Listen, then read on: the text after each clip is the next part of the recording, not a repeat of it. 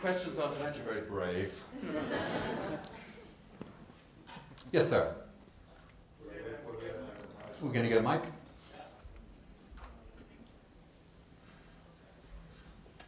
I must just say that I have no qualifications to say any of the things that I just said, so obviously that makes me a perfectly suited 21st century media executive. Ask away.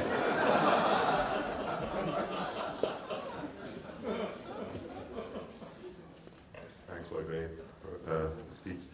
One of the things that I don't understand here, that for this transformation that everybody's talking about, is that in Canada we need the production and all the funds, all the tax credit goes for the production.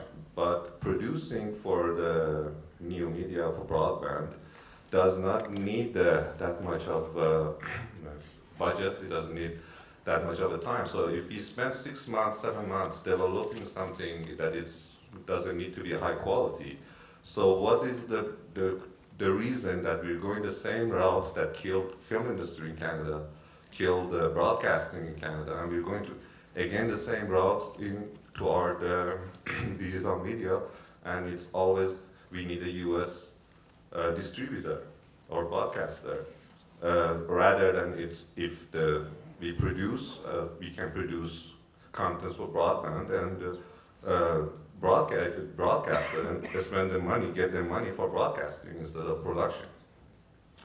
Obviously I can't comment about the Canadian situation at all, but if I extrapolate a point from what I understand of your question, what I would say is that broadcasters or commercial entities, given that most broadcasters are commercial entities, have a problem in understanding the role that they play in the future. On the one hand, they see no great economic return from digital media or from new media or online media, and and they, together with companies like Fremantle, have a kind of supermodel complex. We don't get out of bed for an audience of less than 35 million because that's what we get on American Idol, and we don't get out of bed for less than X thousands of dollars an hour because that's how we make our money. And in some ways, I think the very title World Wide Web and its global nature has confused the broadcaster's understanding that what is represented by this world in some sense is a set of smaller and smaller conversations with smaller and smaller groups of people that you know more and more intimately. And the fact that no business model has emerged really is a kind of chicken and egg situation, because until the audience gives us enough clues of how they want to use something, it's almost impossible for us to commercialize them.